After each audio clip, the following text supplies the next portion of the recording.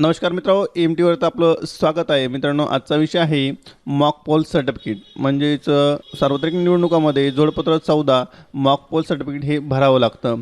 मतदान केंद्र अध्यक्ष आणि मतदान अधिकारी म्हणून काम करत असताना आपल्याला मतदान सुरू करण्यापूर्वी अभिरूप मतदान प्रमाणपत्र भरावं लागतं. ते प्रतिनिधीच्या त्यावरती स्वाक्षऱ्या घ्याव्या लागतात. ही सर्व प्रक्रिया कशाप्रकारे राबवायची आहे आणि मॉक पोल सर्टिफिकेट कशाप्रकारे पूर्ण करायचे याबाबत आज आपण आपल्या व्हिडिओमध्ये सविस्तर माहिती पाहणार आहोत. मित्रांनो, आपण जर एम-टीवरती नवीन असाल आणि आतापर्यंत आपलं जर चॅनल सबस्क्राईब केलं नसेल तर नक्कीच एम-टीला आपण सबस्क्राईब करा आणि नोटिफिकेशन बेलला प्रेस करा, जेणेकरून आमचे नवीन व्हिडिओ आपल्यापर्यंत पोहोचत राहतील. चला तर मित्रांनो, सुरुवात करूया. जोडपत्र 14 अशा प्रकारचं असतं. यालाच आपण अभिरूप मतदान प्रमाणपत्र किंवा मॉक पोल सर्टिफिकेट म्हणतो. प्रकरण 12 परिच्छेद 12.2 हे जोडपत्र 14 आहे. यामध्ये मी टिंबटिंब मतदान केंद्राध्यक्ष, म्हणजे तुम्ही जर मतदान केंद्राध्यक्ष आहात म्हणजे त्या केंद्रावरती जो कोणी मतदान केंद्राध्यक्ष असेल त्या मतदान केंद्राध्यक्षाचं या ठिकाणी नाव आपण लिहायचं आहे. नाव लिहिताना तुम्ही मराठीत लिहा, इंग्रजीत लिहा, पूर्ण नाव लिहू शकता. मी या ठिकाणी फक्त तुम्हाला समजेल अशा प्रकारचे या ठिकाणी देत आहे. मी इंग्रजीत लिहिलं आहे, तुम्ही मराठीत पण लिहू शकता. नंतर आहे मी टिंबटिंब मतदान केंद्राध्यक्ष, म्हणजे मतदान केंद्राध्यक्षाचं नाव या ठिकाणी झालं आहे. प्रमाणित करतो की टिंबटिंब विधानसभा मतदारसंघाचे, जर तुमच्या निवडणूक जर विधानसभा मतदारसंघाची असेल तर तुमचा मतदारसंघ जो आहे त्याचा मतदारसंघ क्रमांक आणि त्याचं जे नाव आहे ते या ठिकाणी तुम्ही लिहू शकता. जे काही नाव असेल तुमच्या मतदारसंघाचं ते लिहायचं आहे. नंतर विधानसभा मतदारसंघाचे किंवा लोकसभा निर्वाचन संघाच्या, जर तुमची या ठिकाणी विधानसभेची जर निवडणूक असेल तर या ठिकाणी विधानसभेचं नाव येईल आणि जर लोकसभेची असेल तर या ठिकाणी लोकसभेचं नाव येईल आणि नंतर या ठिकाणी लोकसभेचं लिहिल्यानंतर या ठिकाणी आपल्याला पुन्हा विधानसभेचं लिहायचं आणि जर विधानसभेचं असेल तर या ठिकाणी लिहायची गरज नाही. या ठिकाणी लक्षात घ्या की या ठिकाणी आपण जे लिहिलेलं आहे हे विधानसभेचं नाव लिहिलं आहे आणि जर आपली लोकसभेची निवडणूक असेल तर या ठिकाणी लोकसभेचं आणि या ठिकाणी विधानसभेचं, नाही तर आपली विधानसभेची असेल तर या ठिकाणी विधानसभा या ठिकाणी लिहायची गरज नाही. नंतर आहे मतदान केंद्र क्रमांक. तुमचा जो मतदान केंद्र क्रमांक आहे, तुमची नियुक्ती ज्या केंद्रावर झालेली आहे, मतदान केंद्र क्रमांक आहे तो या ठिकाणी लिहायचा. मतदान केंद्र क्रमांक टिंबटिंब येथे भारताच्या निवडणूक आयोगाने दिलेल्या सर्व सूचनांनुसार आज सकाळी, म्हणजे मतदानाची दिनांक जी आहे त्या दिनांका दिवशी, म्हणजे मतदानाच्या दिवशी सकाळी आपल्याला मॉकपोल घ्यायचं असते, अभिरूप मतदान घ्यायचं असतं. ते अभिरूप मतदान सकाळी किती वाजता सुरू करायचं यामध्ये थोडाफार बदल असू शकतो, होऊ शकतो. त्यामध्ये कधी 5:30 वाजता होईल, कधी 6 वाजता होईल किंवा 6:30 वाजता होईल. जर तुमचं मतदान किती वाजता सुरू होणार आहे त्यावरती ते डिपेंड असणार आहे. आणि जो तुम्हाला वेळ दिलेला असेल, प्रत्येक वेळी या ठिकाणी मॉकपोलचा वेळ बदलू शकतो. मी या ठिकाणी 6 लिहिलेलं आहे, परंतु त्यामध्ये बदल असणार आहे. जो काही बदल असेल ते तुम्ही त्या ठिकाणी ज्याप्रमाणे सूचना असतील त्यानुसार द्यायचे आहे. वाजता मतदानाच्या दिवशी दिनांक, या ठिकाणी मतदानाचा दिनांक लिहायचा आहे. हा कुठल्याच मतदानाचा दिनांक नाही आहे, फक्त या ठिकाणी आपल्याला समजावं अशा प्रकारे दिलेलं आहे. दिनांका दिवशी किंवा रोजी अभिरूप मतदान घेण्यात आले, म्हणजे अभिरूप मतदान घेण्यात आलं आहे. नियंत्रण युनिटचा अनुक्रमांक. नियंत्रण युनिट म्हणजेच या ठिकाणी आपल्याला कंट्रोल युनिट म्हणायचं आहे आणि त्या कंट्रोल युनिटच्या मागील बाजूस मुद्रित केलेला असतो तो अनुक्रमांक या ठिकाणी लिहायचा आहे. आणि हे अनुक्रमांक आपल्या एका कोऱ्या कागदावर लिहून ठेवलेले असतील तर आपण ते चांगलंच आहे. नंबर काहीही असू शकतो, मी फक्त या ठिकाणी अंक टाकतोय, अशा प्रकारचा नंबर असते. नंतर मतदान युनिटचा अनुक्रमांक. या ठिकाणी मतदान युनिट म्हणजेच बॅलेट युनिट जे आहे ते बॅलेट युनिटच्या मागील बाजूस हा मुद्रित केलेला असतो, तो क्रमांक या ठिकाणी घ्यायचा आहे. आणि हे तुम्हाला बाजूला दिसत आहे बघा चित्र, बॅलेट युनिट कोणतं आहे, नियंत्रण युनिट कोणतं आहे आणि व्हीव्हीपॅटचा अनुक्रमांक. व्हीव्हीपॅट कशा प्रकारचा आहे ते आपल्या बाजूच्या चित्रामध्ये दिसत आहे. व्हीव्हीपॅटचा अनुक्रमांक या ठिकाणी घ्यायचा आहे. असेच असतील असं काही नाही, याच्यामध्ये बदल असणार आहे आणि अशा प्रकारचा अनुक्रमांक असतात. नंतर आहे प्रत्येक मतदाराला वरीलपैकी कोणीही नाही यास, म्हणजे नोटा पडलेली एकूण मते. म्हणजे आपण अभिरूप मतदान देताना प्रत्येक जो उमेदवार आहे त्या उमेदवाराला समान मतदान द्यायचं आहे किंवा सर्व उमेदवार मिळून सर्व एकही न त्यामध्ये नोटा पण इन्क्लूड आहे त्या नोटाला सुद्धा पकडायचं आहे. नोटासहित जे एवढे उमेदवार होतील तेवढ्या उमेदवाराला मिळून किमान 50 मतदान करायचं आहे. म्हणजेच अभिरूप मतदानामध्ये कमीत कमी 50 मतदान करायचं आहे. जास्त असेल तरी चालेल.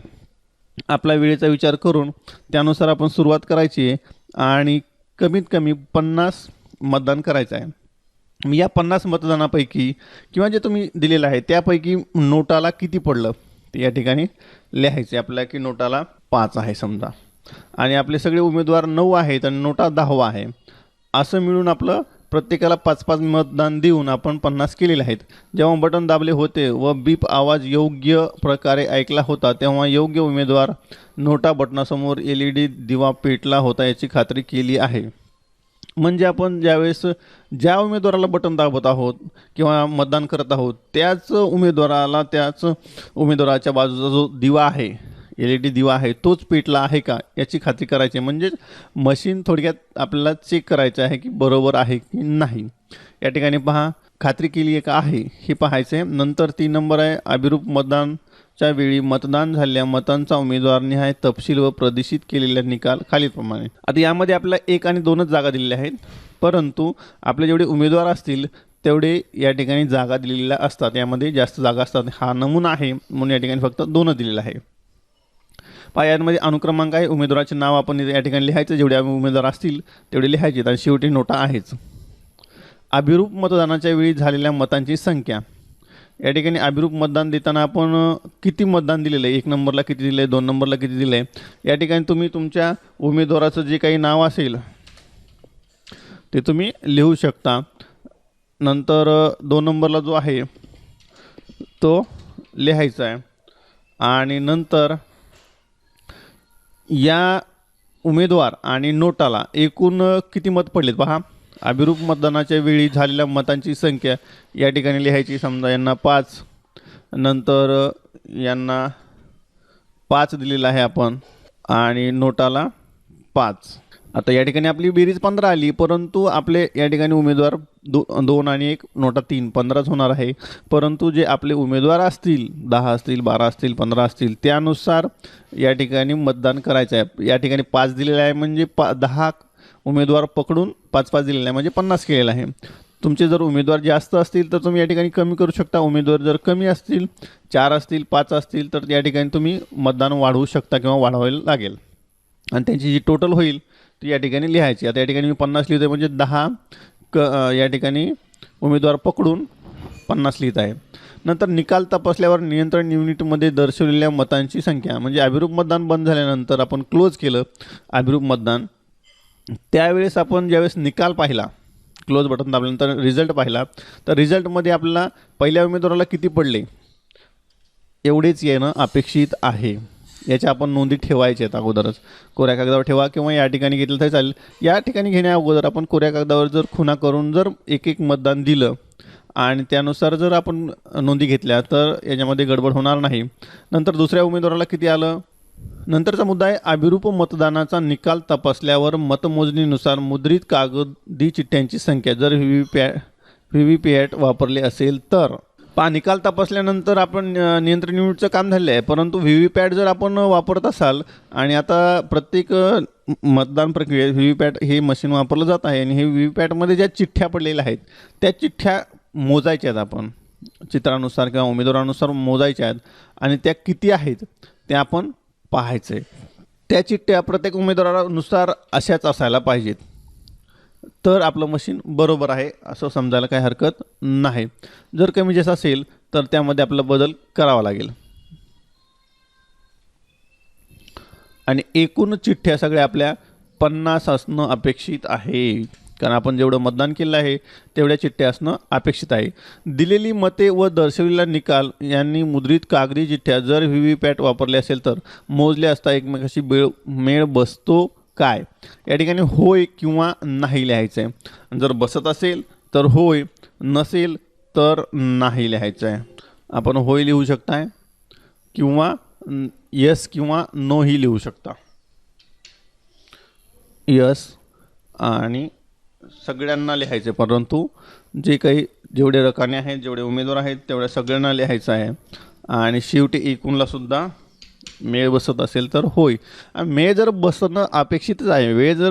मेळ बसत नसेल किंवा तुमचा जर हिशोब जुळत नसेल तर आपलं कुठंतरी चुकलेलं आहे, किंवा नोंदी घेण्यात चुकलेलं आहे, किंवा मशीनमध्ये काही प्रॉब्लेम आहे, हे लक्षात घ्या.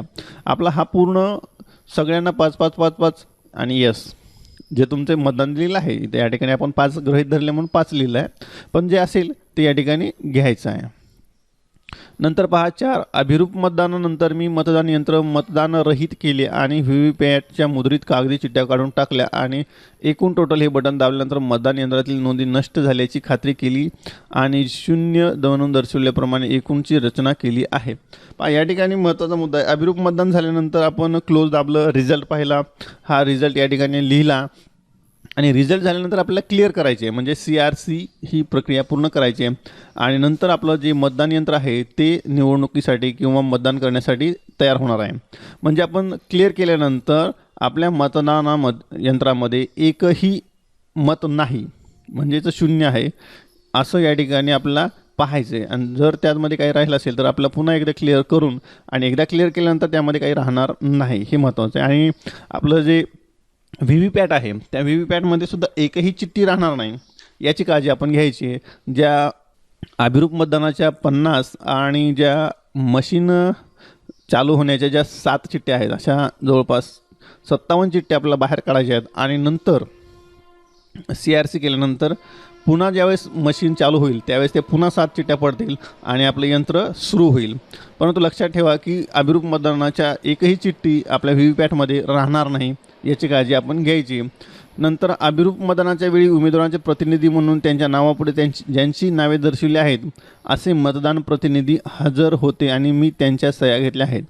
म्हणजे अभिरूप मतदानाच्या वेळेस जे कोणी उमेदवार होते, म्हणून जे उमेदवार होते, उमेदवाराचे प्रतिनिधी होते आणि त्यांचे जी नावं आहेत ते आपल्याला खाली रकान्यामध्ये लिहायचे आहेत आणि त्यांच्यासमोर मतदानाच्या जे प्रतिनिधी आहेत त्यांची स्वाक्षरी घ्यायची आहे.